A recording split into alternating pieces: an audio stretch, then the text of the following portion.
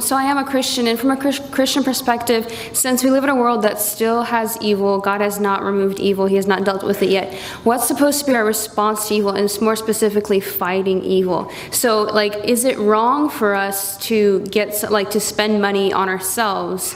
Because it seems like we should be just pouring ourselves out trying to fix the evil. Is that our responsibility to fix it?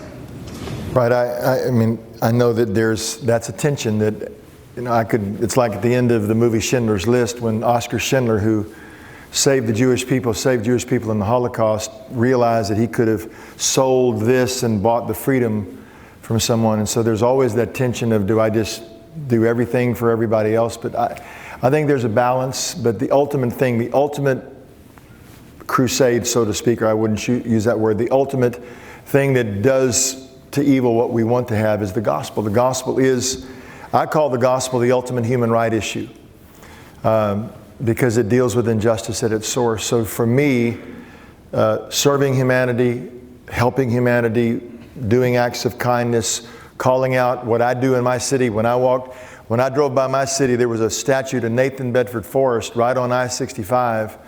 And that's why I stood up in front of 600 white people on a church when I became pastor in 2000. I looked at them and said, I'm not going to pastor just a white church. I said, we've got a city to reach.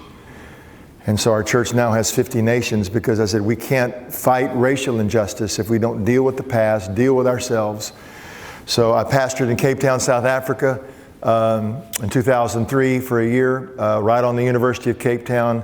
Tremendous tension, tremendous coming out of apartheid, and that legacy, which many times was religiously propped up. A lot of times religion was used to prop up an unjust institution. So a horrible institution. Unjust almost sounds trivializing because of how horrible it was. So I think we have to do everything we can to see injustice, to fight it. But ultimately, I think as a believer, we have the power to end it. I was taking my kids to a Laker game because I had some friends there that played, and we were in New Orleans, and I went by a guy that was a psychic. And I told my kids, I said, just I'm talking to this psychic, kind of a young guy. Sometimes you think psychics just kind of like nothing else to do, they become a psychic. So I sat down at the psychic table while my kids were watching. I said, don't worry, I'm not getting my palm read. I just want to talk to this guy. So I sit down like this, Frank, and I looked at him. I said, can I ask you a question? I said, how did you become a psychic? I said, was there an internet class? I said, I've never seen an advertisement, great job, great benefits, become a psychic. And he basically began to describe I used to be a Christian, and now I just kind of fell away and got into voodoo. That scared me. And I really wanted to listen. So I didn't preach to him. I just kind of talked to him and asked him questions. And after about 10 minutes, I told him I was a minister. He said, you tell me now why you do what you do. Because I had really respectfully listened. I thought, if I don't do anything but listen to him, then that's enough. His name was Miles. I said, Miles, I'm a minister. I said, I preach the gospel to people. I said, because I believe the gospel is the only thing on this planet that can tell us what's really wrong with us. I said, my wife was really sick, and I went to Hadassah Hospital in Jerusalem. And a little doctor who had made Aliyah, which means you moved to Israel, diagnosed what was killing my wife. And when we found out what was about to kill her, it was good news.